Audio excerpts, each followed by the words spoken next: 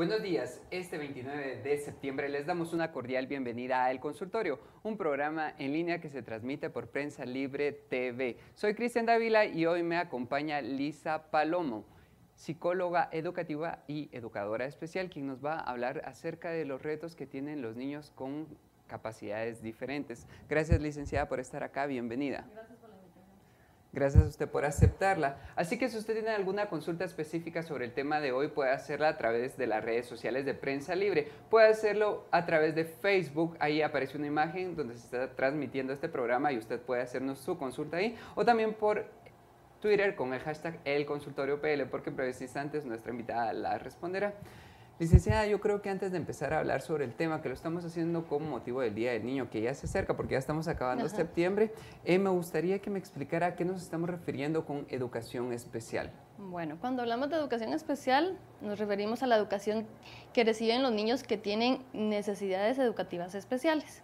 Esta educación, pues, es una educación diferente, porque pues tiene que ser más enfocada en las dificultades particulares que presenta cada uno de los chicos. Y son los niños que no pueden estar en un colegio regular, o sea, en comida normal. O convencional. Convencional, entonces necesitan de otro tipo de educación, que sea diferente y que se adecue a sus necesidades.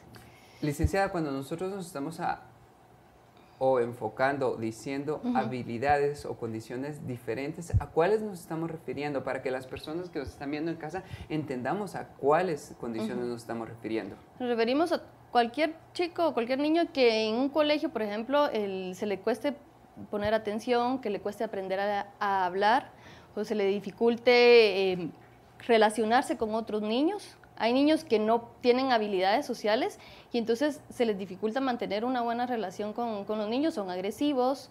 Niños también que presentan alguna discapacidad física, puede ser auditiva, puede ser visual, puede ser niños con parálisis cerebral.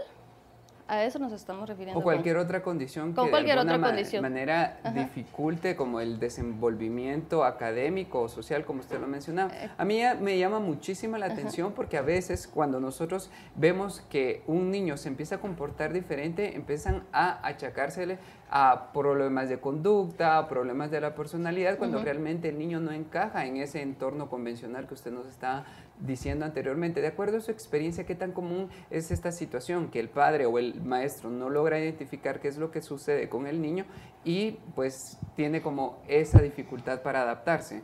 Sí, pasa que ya vienen y lo etiquetan, ¿va? Que es un niño problema, sin saber que el niño tiene alguna dificultad, ¿va? O sea, no es algo que él no puede controlar ni manejar, ¿va? Entonces, lo primero que hay que hacer es evaluar al niño para ver cómo poder, para identificar cuál es el problema, ¿va? Y entonces así ya poder orientar adecuadamente a los papás, ¿va?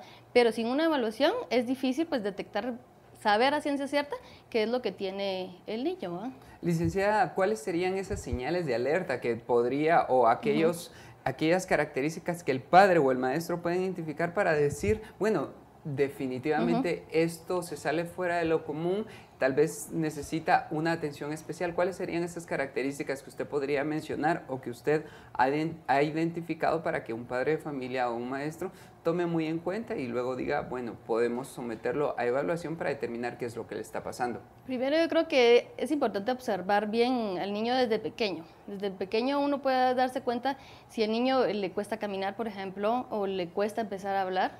Entonces ya podemos ver que hay poquito de señales, o si el niño le molestan demasiado los ruidos o hace constantemente berrinches y que no son controlados.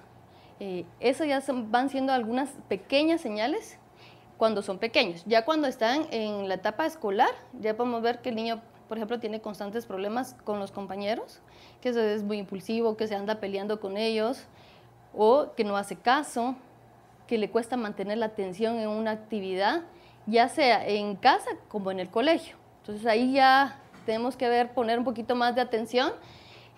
Los niños que también le cuesta integrarse en actividades sociales, que prefiere estar aislado, que hay niños que salen a recreo y prefieren estar solitos. O sea, no les gusta jugar con otros chicos, sino que les gusta estar apartados. Entonces de ahí también tenemos que poner un poquito más de atención. Los niños que se les cuesta aprender a leer y escribir, por más que se le enseñe y todo, y vemos que el niño no avanza en el colegio, ya es indicio de que el niño necesita una atención más especializada. De acuerdo a lo que usted nos está diciendo, ¿desde qué edad específicamente un padre ya debe poner atención al desarrollo de su hijo para determinar si tiene un desarrollo convencional o regular, o ya se identifican esas necesidades especiales? Mire, yo creo que sería desde pequeño, o sea, desde que son bebés. Yo creo que uno sabe, por ejemplo, hay papás que ya han tenido otros hijos, entonces ya saben cómo ha sido el desarrollo de sus otros hijos, ya saben, por ejemplo, a qué edad el niño va a caminar, o a qué edad más o menos el niño va a empezar a hablar. Entonces, cuando vemos que el niño hay atrasos en esas áreas, entonces ya es cuando nos tenemos que empezar a preocupar, porque algo no está funcionando bien, o el niño no está actuando como debería de actuar. Entonces, yo creo que desde pequeños, desde bebés, habría que empezar a poner atención. Si un padre o un maestro no identifica lo que usted nos está dando a conocer en este momento, y pues sigue el transcurso del desarrollo y su vida en un colegio regular o en una escuela regular, ¿cuáles serían los retos a los que se va a enfrentar un niño que no fue identificado y no ha sido diagnosticado por de alguna manera esas características especiales, y por lo tanto necesita una educación especial? Retos son bastantes, porque pues lastimosamente pues en Guatemala, en los colegios regulares, pues la mayoría de los maestros pues no están preparados para tratar a estos chicos, ¿verdad? Estos niños que presentan alguna dificultad. Entonces se ven que a veces son marginados, a veces hasta por el mismo maestro. El mismo maestro, como tiene dificultad y no sabe cómo manejarlo, tampoco es culpa de él porque él no está preparado. Entonces viene y lo aísla y prefiere prestarle atención a los otros chicos, ¿no? Además, con los niños también les cuesta integrarse. Va a haber, porque a veces son muy impulsivos o tienen problemas motores, entonces les va a costar integrarse en actividades de juego, o si tienen problemas de lenguaje, no va a poder comunicarse con los niños, ni tampoco con los maestros, y aparte los problemas académicos, ¿no? O sea, va a tener dificultad en aprender a leer y a escribir, en todas las áreas académicas va a tener dificultad, porque no tiene las habilidades necesarias para ir al ritmo en que va todo el grupo. Y especialmente va a sentirse diferente, porque ¿en qué momento el niño ya empieza a sentirse diferente? Porque tanto como maestros o como compañeros lo empiezan a tratar de manera diferente. ¿Cómo podría afectarle esto? Emocionalmente, bajarle su autoestima, sentirse un niño inseguro, que es incapaz de hacer cualquier cosa, porque los niños, aunque tengan dificultades, pues tienen otras habilidades, ¿verdad? Y por eso ahí el término, niños con capacidades diferentes, porque aunque se les dificulte un área, pues tienen otras áreas que pueden sacar mucho potencial, ¿va? Para fortalecer. Para fortalecer, ajá, exacto. Pero entonces su autoestima se va a ver afectada, ¿va? Y al verse afectada su autoestima, pues no va a poder sacar todo ese potencial que el niño tiene. Y se le va a dificultar pues adaptarse a las actividades de la vida diaria. Entonces va a afectar a la larga en todas sus áreas. Y en ese sentido hablemos específicamente de la responsabilidad y los retos que va a tener el padre de familia y la madre de familia, especialmente porque sin duda ellos son las primeras personas que se podrían dar cuenta de eso, de esta situación, y son quienes toman las decisiones para que su hijo logre ese desarrollo que estamos esperando. Sí, el padre, pues la función principal del papá o de la mamá es pues acompañarlo en todo ese proceso. Papá tiene que ser pues una persona más creativa, tener mucha más paciencia, más tolerancia, porque si el niño aprende, por ejemplo, a leer en 1 año, puede ser que este chico con capacidades diferentes lo aprenda en 2 años, ¿va? Entonces va a tener que tener más paciencia, pero a la vez pues también ponerle los límites y obligaciones como le pone a cualquier otro niño, ¿va? También es importante pues entender que a veces es una situación difícil para los papás, porque pasan por un duelo, por la pérdida de no tener al hijo que todo papá creo que desea, ¿va? O sea, el ideal del hijo, pues que salga un niño, que sea un niño con todas las habilidades, que sea capaz de aprender como cualquier otro. Y entonces cuando tienen un chico con dificultades, entonces es como una pérdida, ¿no? Una pérdida de ese ideal. Entonces ahí es cuando hay problemas, porque entonces el papá puede volverse muy sobreprotector, o puede abandonarlo emocionalmente. O sea, estar presente con el niño, pero no prestarle la atención que debería. Cuando el papá logra superar ese duelo, entonces ahí es cuando tiene que hacer todo ese proceso de acompañamiento, acompañarlo y apoyarlo en cualquier situación, ¿va? Como lo haría con cualquier otro hijo, ¿va? Licenciada Palomo, lo que usted está mencionando me parece muy interesante, especialmente porque sin duda el padre de familia es el que debe aceptar la realidad de lo que está sucediendo y a veces no tiene la capacidad para hacerlo y reacciona como usted nos mencionaba anteriormente. Cuando un padre de familia, ¿en qué momento debe buscar ayuda para aceptar lo que está pasando y luego buscar ayuda para saber cómo darle ese seguimiento a su hijo? Yo creo que desde el primer momento que el papá sospecha que su hijo tiene algo que pues, no está bien, desde ese momento yo creo que el acompañamiento debe ser tanto para el hijo como para el papá, porque entre él, si él está mejor emocionalmente, pues el apoyo hacia el niño va a ser mejor. O sea, entonces el niño se va a poder desenvolver mejor si el papá emocionalmente está bien. Digamos que el padre identificó que su hijo tiene capacidades diferentes y tiene otro tipo de necesidades. ¿Hacia qué profesionales debe abocarse él o ella para saber que le van a dar un diagnóstico certero, le van a decir qué es lo que está pasando? ¿Qué tipo de profesionales debe visitar y llevar a su hijo? Mire, primero psicólogo, pero principalmente creo que el primero que lleva los papás es al pediatra, ¿va? Entonces el pediatra pues también ya le puede ir orientando. Pediatra, el psicólogo, en algunos casos pues neurólogo. Y también, depende de la problemática que presenten los niños, porque hay algunos que van a necesitar terapista de lenguaje o fisioterapista, pero principalmente sería pediatra, neurólogo y psicólogo. Esas serían las tres especialidades que de alguna manera el padre debe buscar ayuda, porque digamos que él no va a tener todo el conocimiento certero de lo que realmente está sucediendo. Ahora que ya entendimos un poco del panorama de lo que está pasando, desde el que el papá identifica o la mamá identifica qué es lo que le sucede a su hijo y llega con un especialista que le ayude y le da un diagnóstico certero, luego de eso procede lo siguiente, ¿verdad? Nos damos cuenta que no encaja en un establecimiento convencional, entonces tenemos que buscar uno que llene esas capacidades y esas características que estamos buscando. Pero ese requerimiento académico lo vamos a explicar después de nuestra primera pausa. No se vayan y sigan con nosotros en el consultorio, porque hoy estamos hablando acerca de los retos que tienen los niños con capacidades diferentes. Les recordamos que pueden dejar sus dudas y consultas a través de las redes sociales de Prensa Libre. Ya volvemos.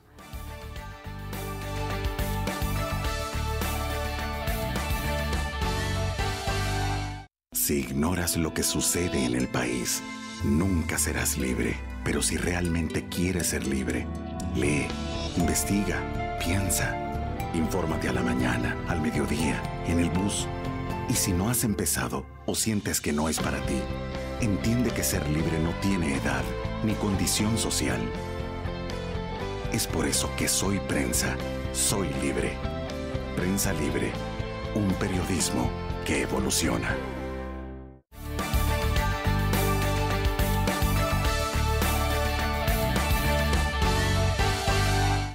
Estamos de vuelta en el consultorio y hoy estamos hablando acerca de los retos que presentan los niños que tienen necesidades diferentes, y me acompaña la psicóloga educativa y educadora especial Lisa Palomo, quien nos está explicando más sobre este tema. Así que si usted tiene alguna consulta, puede hacerla a través de las redes sociales de Prensa Libre.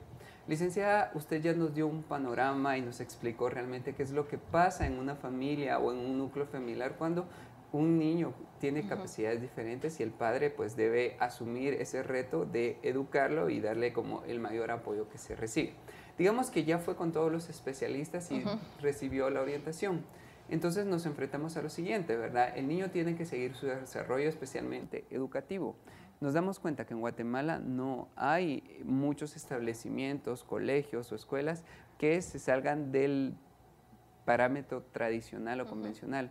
Entonces, académicamente, ¿qué debe hacer un padre para buscar esa ayuda y saber que el lugar al que se está abocando con su hijo es el adecuado? Bueno, yo creo que primero, si ya tiene el diagnóstico, pues buscar una orientación con el psicólogo que sepa sobre los centros educativos, ¿verdad? Que sepa orientarlo, buscar referencias también, a veces con papás neurólogos, educadores especiales, que le ayuden a orientar, saber qué centro es el mejor para su hijo. Ya cuando sepa a qué centro poder acudir, pues conocer cuál es la filosofía del centro, cuál es la metodología que maneja el centro, y si ya se siente identificado, pues acceder al servicio, ¿va? Pero aquí lo principal es tener ya el diagnóstico para saber hacia dónde dirigir esa ayuda, ¿va? Hablando en términos más realistas, ¿en Guatemala contamos con varios centros que puedan ofrecer esa ayuda o realmente la educación para niños con capacidades diferentes es muy limitada?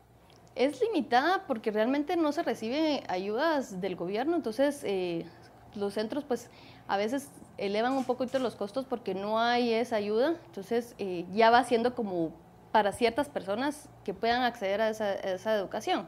O sea, en general pues no hay tantos colegios, sí hay algunos, como por ejemplo, hay lugares específicos para niños que tienen síndrome de Down, hay niños específicos para niños con problemas de audición o ceguera, pero realmente son contados. Licenciada, hablando ya de esto de que usted nos está mencionando, de las limitaciones que tenemos en cuanto a buscar opciones que faciliten a los padres llevar a sus hijos a un centro educativo específico. Hablando de estadísticas, ¿se tiene un conteo de cuántos niños en Guatemala o en el mundo necesitan una educación que se salga de lo tradicional y que busque para sus necesidades muy específicas? Pues en Guatemala, en el Ministerio de Educación hay inscritos 10,000 niños aproximadamente, que están inscritos en algún centro educativo. Aparte habría que contar los niños que no están asistiendo a ningún centro educativo. Y pues se cree que la UNICEF calcula que el 10% de la población en edad escolar tiene algún tipo de discapacidad. Aquí en Guatemala podríamos hablar de un 20%, ya que pues no están las condiciones de salud ni de alimentación adecuada, entonces eso puede hacer que hayan más niños con algún tipo de discapacidad. Y de alguna manera eso también va a generar un poco de confusión, porque hay algunas necesidades especiales que no son muy evidentes a simple vista. Entonces, lógicamente, los padres de familia y los maestros no lo catalogan como tal y pasa lo que vemos actualmente, que un niño no encaja en el sistema educativo convencional. ¿Qué pasa? Porque digamos que los ejemplos de aquellos padres de familia que optan por mandarlos a colegios, escuelas o establecimientos educativos que tienen un sistema tradicional por la mañana y por la tarde o por la noche buscan ese complemento porque quieren que su hijo pues de alguna manera se relacione en estos dos sistemas educativos. ¿Qué tan recomendable es o definitivamente es preferible que se relacione directamente con niños que tienen como las mismas necesidades y con maestros que van a entender sus necesidades? Eso va a depender de cada caso, o sea, ahorita como generalizar es un poquito difícil porque depende de cada niño. Hay niños que sí logran adaptarse bien a un colegio regular y es que también depende del colegio, ¿vale? El colegio tiene que estar como en la disposición de hacer adecuaciones o cambios para poder atender a este niño.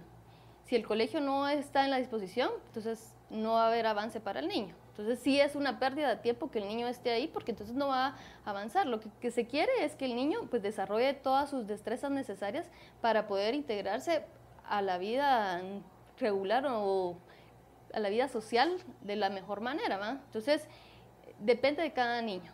Y hay otros pues que definitivamente sí no tienen opción y es mejor que estén en un colegio de educación especial, porque entonces ahí se le va a atender de una mejor manera. El objetivo de la educación especial es desarrollar todas las destrezas, su atención, su memoria, su psicomotricidad, sus habilidades sociales y su desarrollo emocional. Licenciada Palomo, para las personas que nos están viendo en este momento, me gustaría que nos contara acerca de su experiencia. ¿En qué proyecto está trabajando y qué tipo de niños reciben en su institución o proyecto?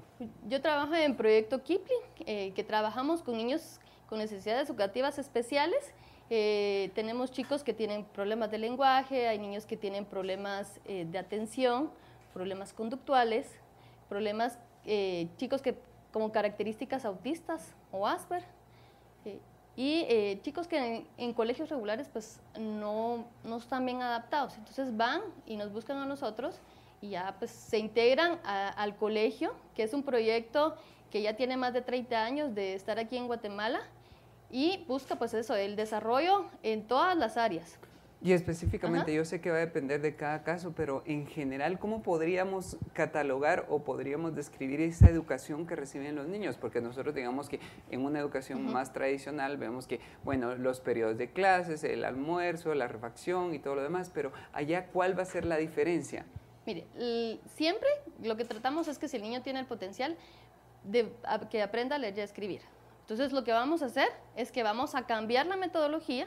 Por ejemplo, si el niño tiene problemas para mantener la atención, vamos a cambiar la metodología. Los periodos no van a ser de 30 a 40 minutos, sino que pueden ser de 10 minutos, para que entonces hacemos una actividad teórica o de escritorio y hacemos después otra actividad más práctica, pero que le ayude a desarrollar su atención y concentración. Y los programas va a ser individualizado, dependiendo de cada niño, es que va a ser el programa para cada chico, ¿va? Gracias, licenciada. Es el momento de nuestra siguiente pausa. No se vayan y sigan con nosotros en el consultorio, porque al volver vamos a seguir hablando de los retos de los niños que tienen capacidades diferentes y vamos a dar consejos para que usted, padre de familia, o usted, maestro, pueda celebrar este 1 de octubre, el Día del Niño, con ellos. Así que no se vayan, porque ya volvemos después de esta breve pausa.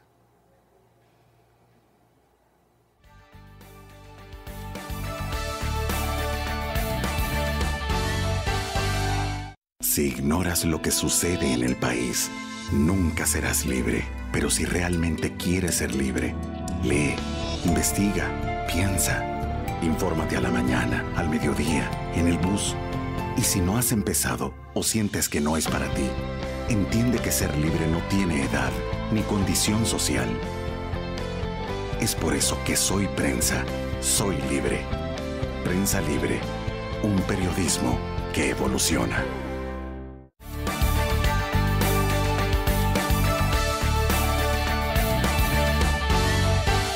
Estamos de vuelta en el consultorio, estamos hablando acerca de los retos que enfrentan los niños con necesidades diferentes o capacidades diferentes, y me acompaña la psicóloga Lisa Paloma, quien nos está dando esa recomendación o esos consejos. Ahora sí, licenciada, es el momento de que hablemos acerca del Día del Niño, especialmente porque a veces nosotros no tocamos temas que nos parecen incómodos, que desconocemos o son tabús. Entonces yo creo que es importante que hablemos sobre esto. El Día del Niño, ¿cómo podemos celebrarlo si nosotros tenemos un hijo, un hermano, un conocido, un sobrino, un primo o algún familiar que tenga necesidades diferentes o capacidades diferentes? ¿Cómo lo podemos celebrar? Pues yo creo que como lo celebraría con cualquier otro niño, ¿eh? Solo que hay que tener claro pues cuáles son los gustos y las preferencias del niño, ¿eh? Porque a veces hay chicos, por ejemplo, que les molesta mucho el sonido. Entonces, estar en un lugar donde hay mucho sonido, se van a alterar y se van a poner mal. Entonces, es importante conocer qué es lo que le gusta al niño. Y entonces a este niño que le molesta el sonido, entonces, por ejemplo, una opción no sería llevarlo al cine, porque entonces es muy fuerte, entonces se va a sentir mal, entonces al lugar de agradarlo, pues se va a sentir mal. Y otra, pues entonces hay que buscar alternativas de acuerdo a los gustos y necesidades de cada uno de los niños, ¿verdad? Y además es importante, pues nosotros siempre tratamos de cuidar la alimentación de los niños, es un aspecto que hay que cuidarlo mucho más en estos niños. Entonces, evitar que consuman ciertos alimentos, porque a veces si se ha cuidado la dieta durante todo el año y por un día de celebración, pues podemos perder todo lo que se ha avanzado. Entonces, sí habría que más o menos cuidar la dieta. Licenciada, yo quiero hacer un punto ahí porque precisamente acerca de esa pregunta él iba a ser siguiente, ¿verdad?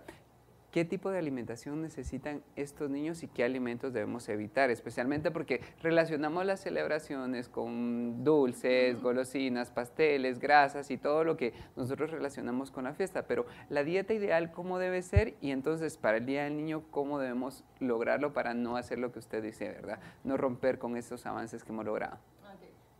La dieta ideal sería una dieta libre de azúcar, una dieta libre de saborizantes, de preservantes. Esa sería la dieta ideal. Porque hemos observado que hay cambios en la conducta de los chicos cuando comen este tipo de alimentos.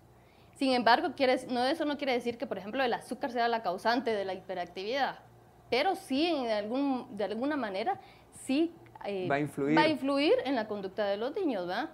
Entonces, ese tipo de alimentación, una alimentación sana, ¿va? Una alimentación que a la larga todos tendríamos que tener.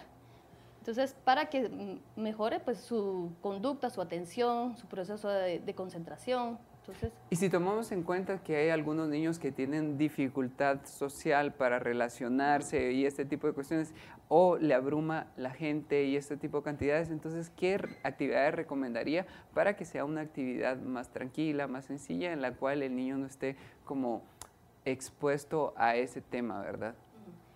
Puede ser, mire, lo que pasa con los chicos, por ejemplo, a veces que les molesta mucho la bulla, lo que se hace es prepararlos antes.